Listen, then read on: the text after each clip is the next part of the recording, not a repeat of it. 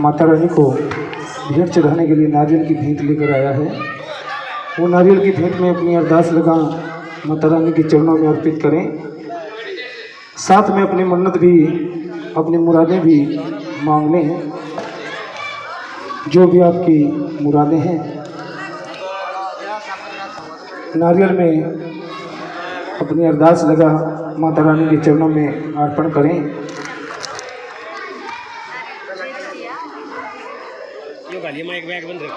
किसी को पता ही नहीं है क्या माता रानी की भेंट क्यों चढ़ाई जाती है, किसी को भी नहीं पता। कोई नहीं लेके आया माता रानी के चरणों में भेंट चढ़ाने के लिए।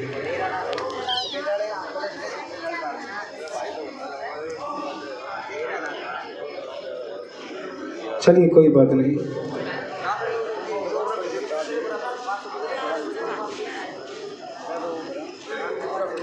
तो देखिए प्राचीन समय की बात है, बहुत प्राचीन समय से ये तारा रानी की कथा माता रानी के जगराते में, माता रानी के संकीर्तन में कहीं सुनी जाती है। क्योंकि बताया जाता है कि जब तक माता रानी के जगराते में तारा रानी की कथा नहीं कहीं सुनी जाएगी तो उसका कोई फल प्राप्त नहीं होगा। जगराते का पूर्ण फल तभी प्राप्त होगा जब तारा रानी की कथा कहीं सुनी जाए। तो सबसे पहले दोनों हाथ ऊपर उठाते हुए माता रानी को अपने हाथों की लकीरें दिखाते हुए, सुबह सुबह भोर का समय है, संध्या प्रकाश समय है, और क्या पता यहाँ से जाते जाते किसकी हाथों की लकीरें जो टेढ़ी मेढ़ी हैं वो सीधी कर दे माँ। बोले सच्चे दरबार की, ऐसे नहीं जोर से जयकारा लगाएं, सच्चे दरबार की। तो कथा आरंभ करने जा रहा हूँ, सभी ध्यानपूर्वक सुने, कोई भी बीच में पलके ना झपकाएं। क्योंकि कहा जाता है कि इस दौरान जो ये सुबह का समय होता है, पूरी रात जगने के कारण थकान हो जाती है शरीर में और आंखें अपने आप बंद होने लग जाती हैं। तो थोड़ा सा ध्यान रखिएगा, कोई भी आंखें बंद ना करें। अपने पड़ोसी का भी ख्याल रखियो भाई, कौनी कहानी मारते रहियो है देखा।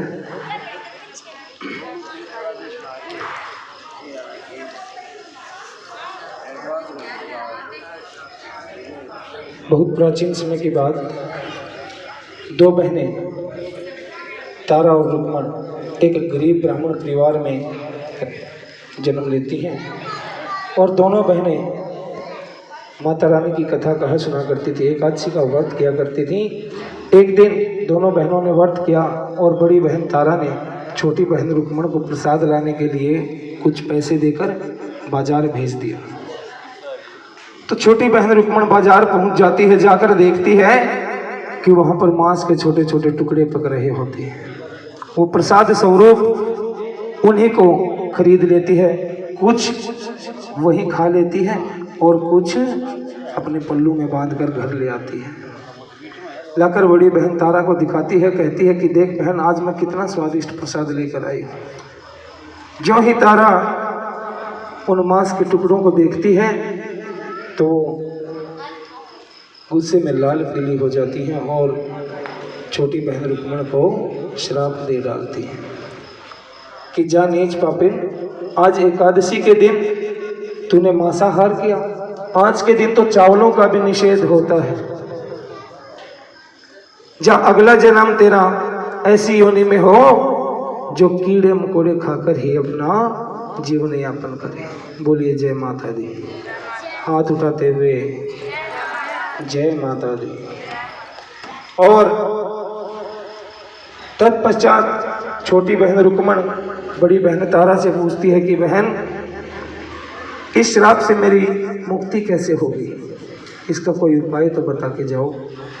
तो बड़ी बहन तारा छोटी बहन को उपाय सुझाती है कि जिस दिन तुम्हारे मन में परोपकार की भावना जागृत होगी, दया की भावना जागेगी, उसी दिन तुम्हारी मुक्ति हो जाएगी। तो दोनों बहनें अपने अपने लोगों को गमन कर जाती हैं।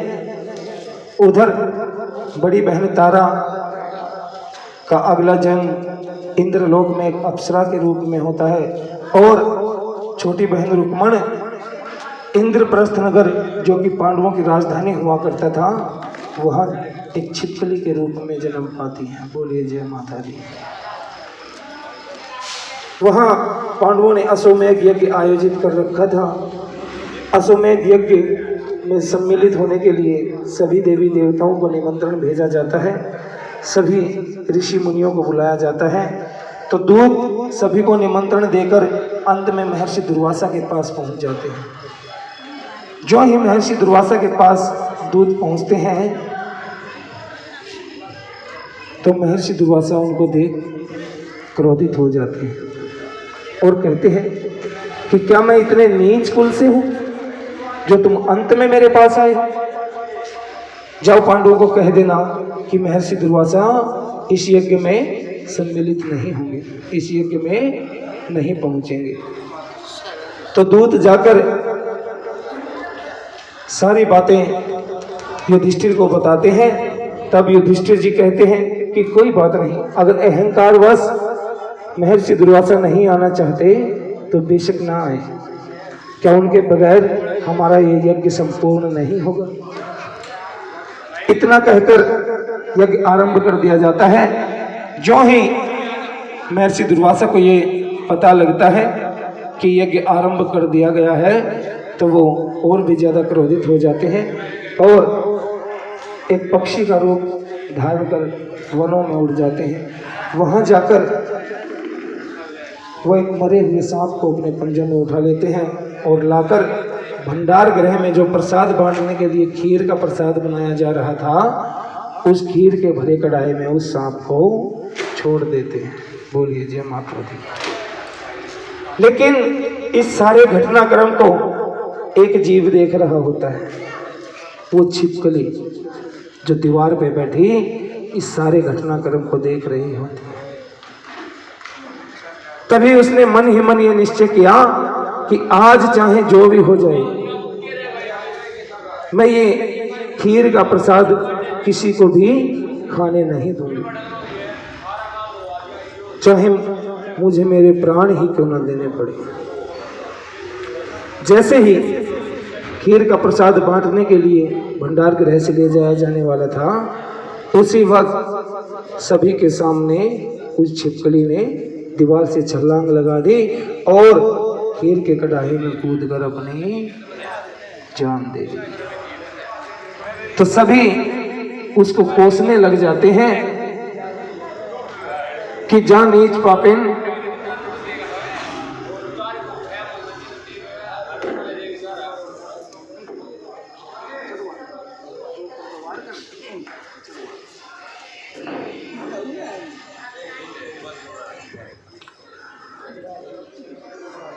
अरे यार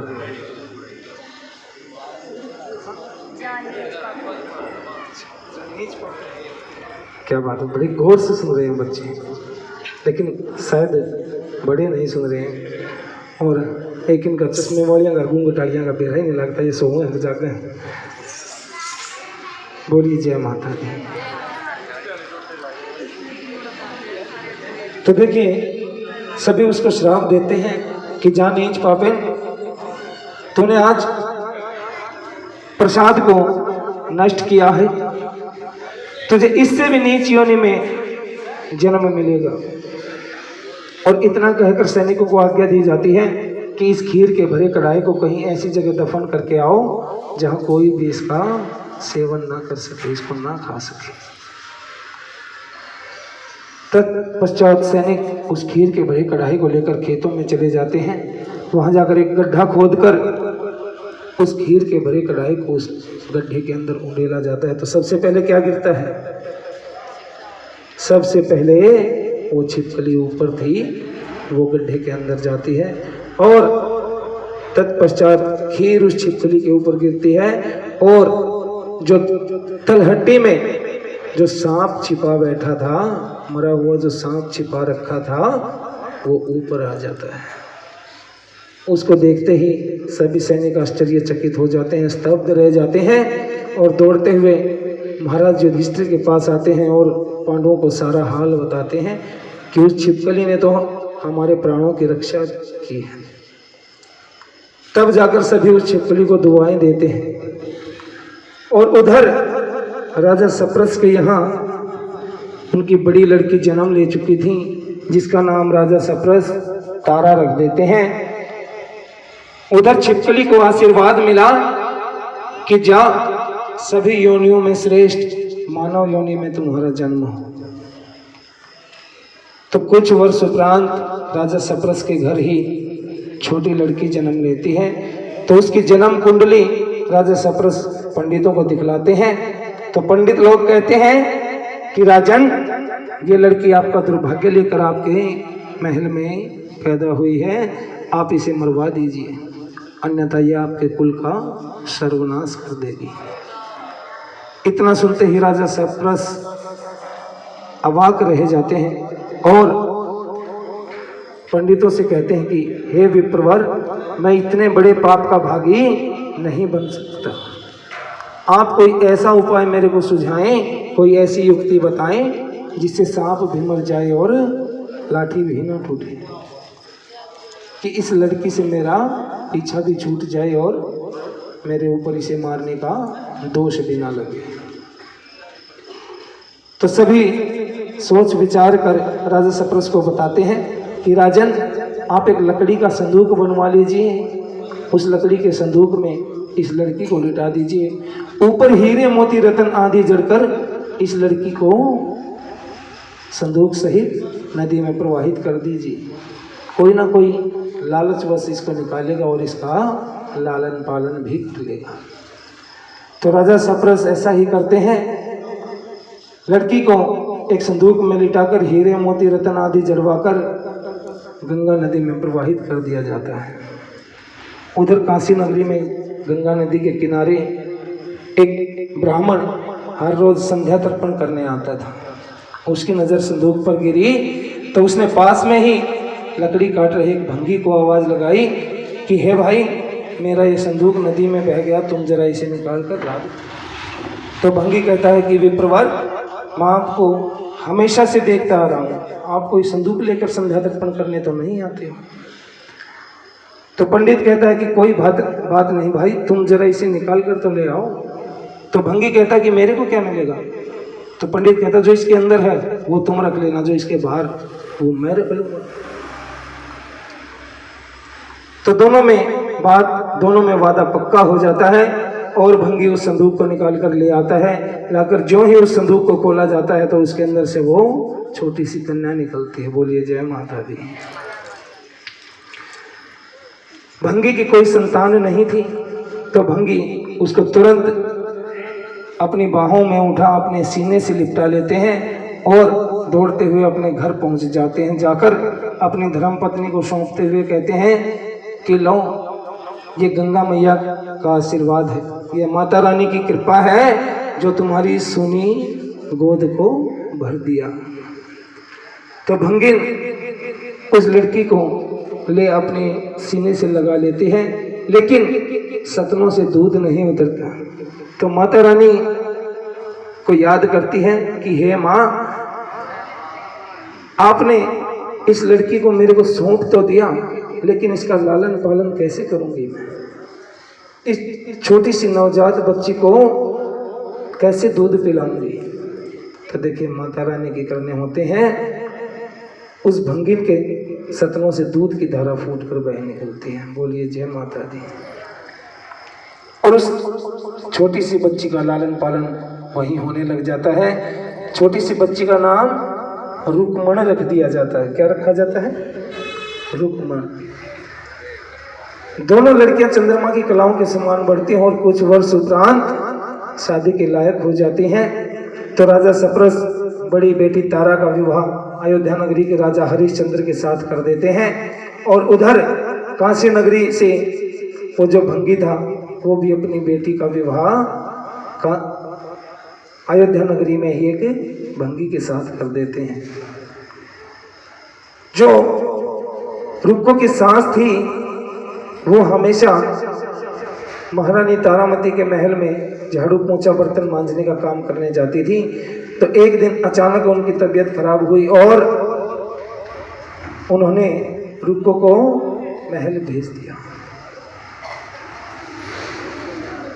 रुक्को जो ही महल पहुंची, जो ही दरवाजे से अंदर प्रवेश किया तो महारानी तारामती उसको देखते ही पहचान गई कि ये तो तेरी पूर्व जन्म की बहन रह चुकी है। उसको तुरंत अपने पास बुलाया, बिठाया और दोनों बहनें माता रानी के चरणों में बैठकर अरदास लगाने लगी कि हे माँ, अगर आप रुक्को के घर भी एक लाल खिला दो जैसे मेरे घर खिलाया तो रुक्को आपका जगन करवाएगी, आपका जगराता करवाएगी। तो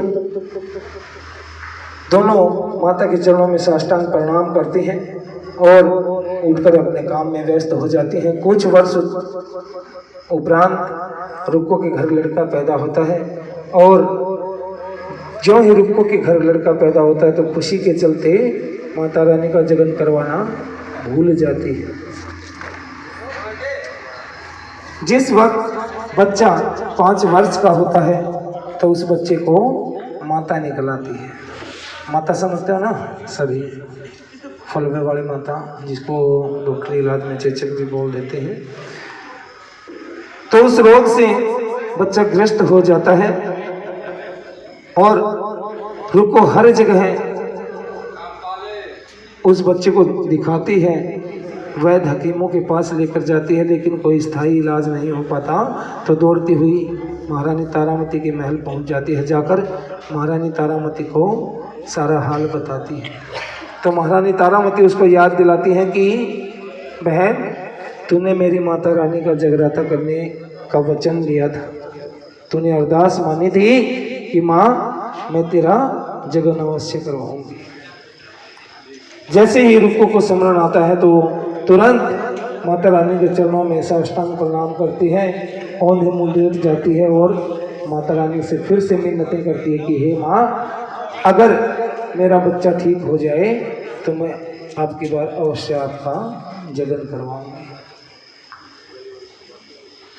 घर जाकर देखती है तो बच्चा एकदम ज्यों का त्यों ठीक ठाक खेल रहा होता है और दौड़ती हुई रुक्को मंदिर में पंडितों के पास पहुंच जाती है, क्योंकि उस वक्त जो समय था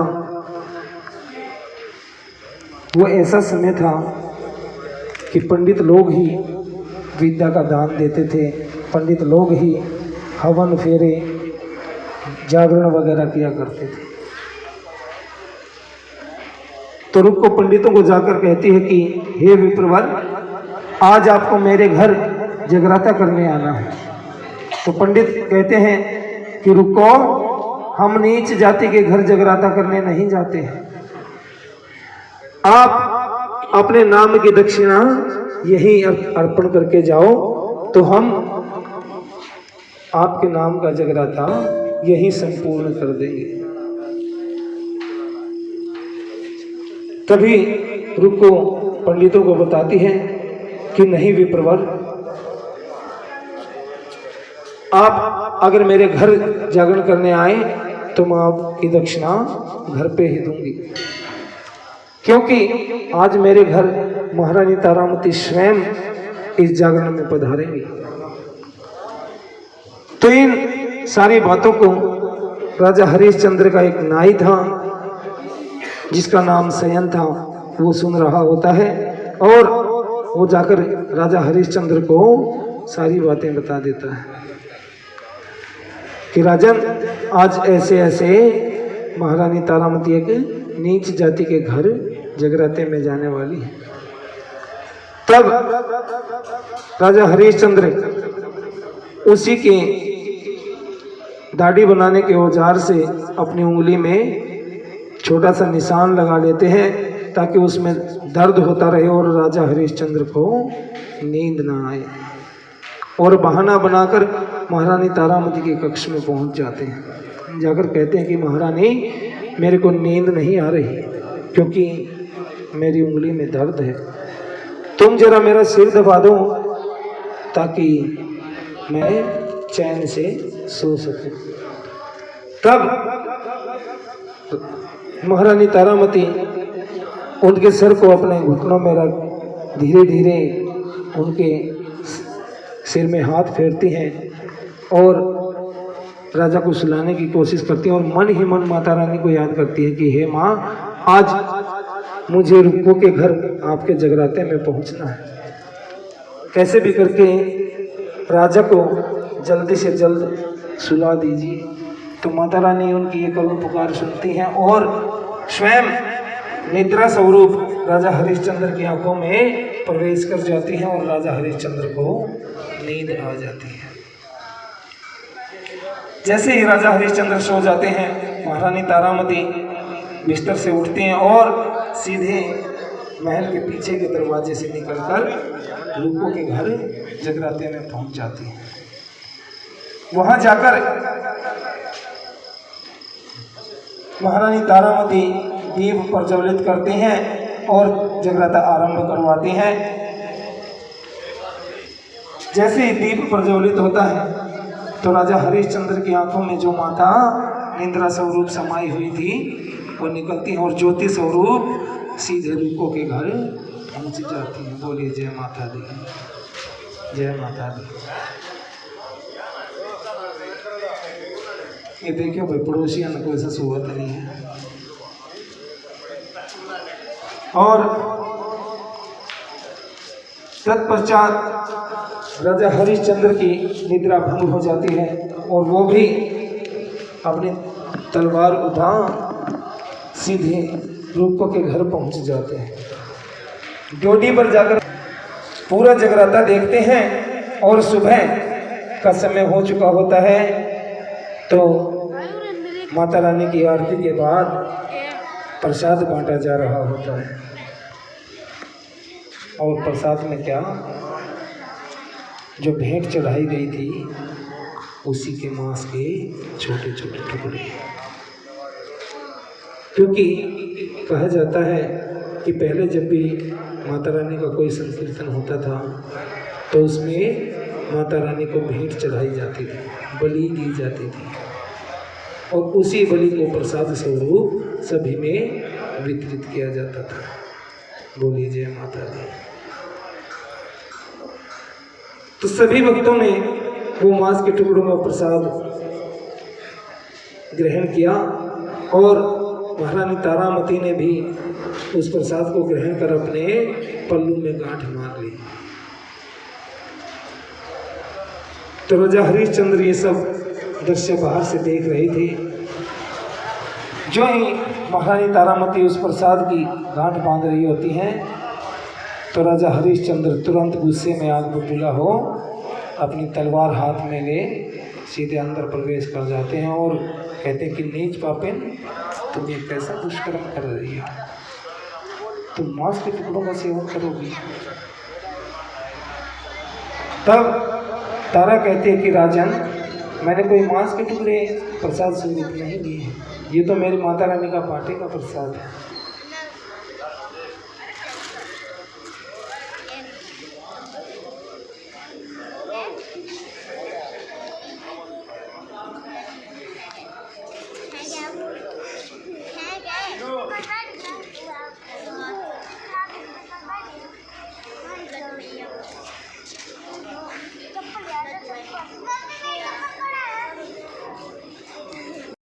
राजा हरिश्चंद्र जैसे ही महारानी तारा का वो पल्लू खोलकर देखते हैं तो उसमें सच में बाटे का प्रसाद मिलता है। और बाटे के प्रसाद में क्या, पंचमेवा, सूखा मेवा। और तभी राजा हरिश्चंद्र एक जिद पकड़ जाते हैं कि महारानी, मैं भी तेरी इस माँ के दर्शन करना चाहता हूँ, मैं भी देखना चाहता हूँ तेरी माँ कितनी बड़ी जादूगर है। देखिए भक्ति की जो शक्ति थी उसको जादूगरी का नाम दे डाला। तो महारानी तारामती कहती हैं कि राजन, मैं आपको दर्शन अवश्य करवाऊंगी, लेकिन आपको मेरी माता रानी के चरणों में अपने प्रिय 2 चीज़ों की भेंट चढ़ानी है। तो राजा हरिश्चंद्र तैयार हो जाते हैं और कहते हैं कि ठीक है महारानी, बताइए पहली भेंट क्या होगी।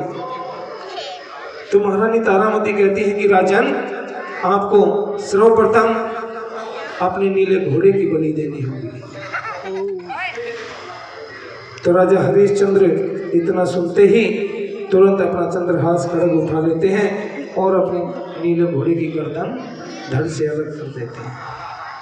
छोटे छोटे टुकड़े कर उस घोड़े के जो मांस के टुकड़े थे उनको एक कढ़ाई में डाल दिया जाता है प्रसाद बनाने के लिए। तभी महारानी तारामती कहती हैं कि राजन, अब आपको दूसरी बलि अपने इकलौते पुत्र की देनी होगी।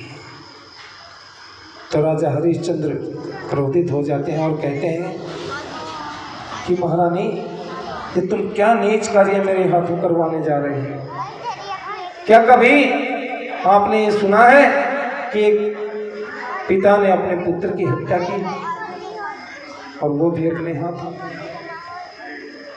तब महारानी तारामती राजा हरिश्चंद्र को कहती हैं कि राजन, क्या वो किसी का पुत्र नहीं था जिसकी गर्दन अभी थोड़ी देर पहले तुमने धड़ से अलग की थी? क्या उसकी माँ ने उसको अपनी कोख में नहीं रखा? क्या उसकी माँ ने उसको अपना दूध नहीं पिलाया? तो राजा हरिश्चंद्र गर्दन नीची कर लेते हैं, शर्मिंदा हो जाते हैं और विवश हो जाते हैं। झुकना पड़ता है और अपने इकलौते पुत्र की बलि देनी पड़ती है। बोलिए जय माता दी। जय माता दी। जो ही बलि देकर लड़के के छोटे छोटे टुकड़े किए जाते हैं, कढ़ाई में डाला जाता है प्रसाद बनाने के लिए, तभी राजा हरिश्चंद्र सैनिकों को रोक देते हैं कि आज इन कड़ाहों के नीचे कोई भी दिया सलाई या चकमक पत्थर की सहायता से अग्नि प्रज्वलित नहीं करेगा। मैं भी देखना चाहता हूं कि महारानी की जो माता रानी है उनमें कितनी शक्ति है। क्या वो इन कड़ाहों के नीचे अग्नि प्रज्वलित कर सकती हैं? तभी मन ही मन महारानी तारामती माता रानी को याद करती है कि हे माँ, आज तेरी इस तुच्छ भक्तन की बहुत बड़ी परीक्षा ली जा रही है। अगर आज आपने सहयोग ना किया तो आज के बाद कोई भी तुम्हारा भक्त नहीं होगा। तो माता रानी महारानी तारामती की इस करुण पुकार को सुन लेती हैं और कहती हैं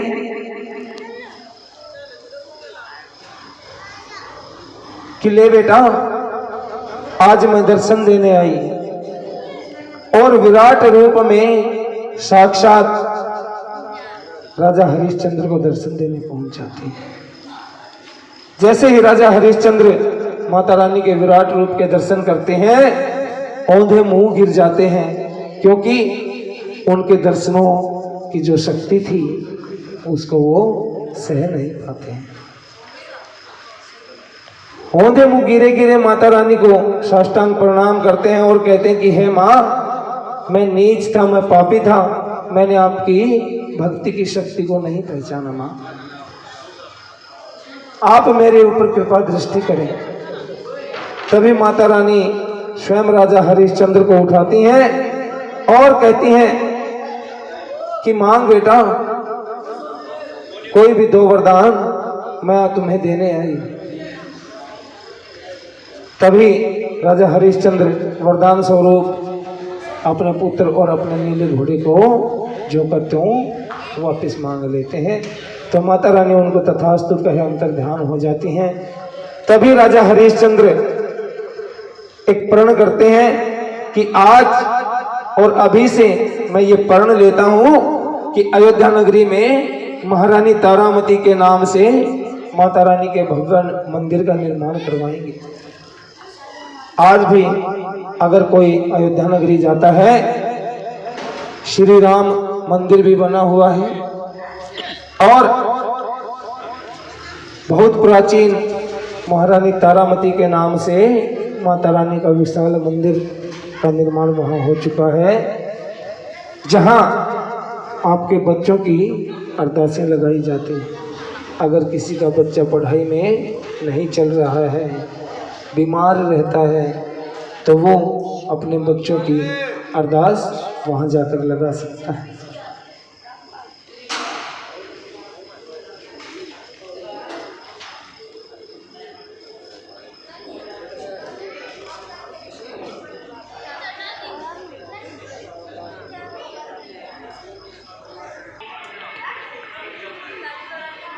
और जो भी भगत जन अगर अयोध्या जाता है तो महारानी तारामती के इस पवित्र मंदिर के दर्शन अवश्य करें और अपने बच्चों की अरदास, अपने बच्चों की मन्नतें मांगकर अवश्य आए।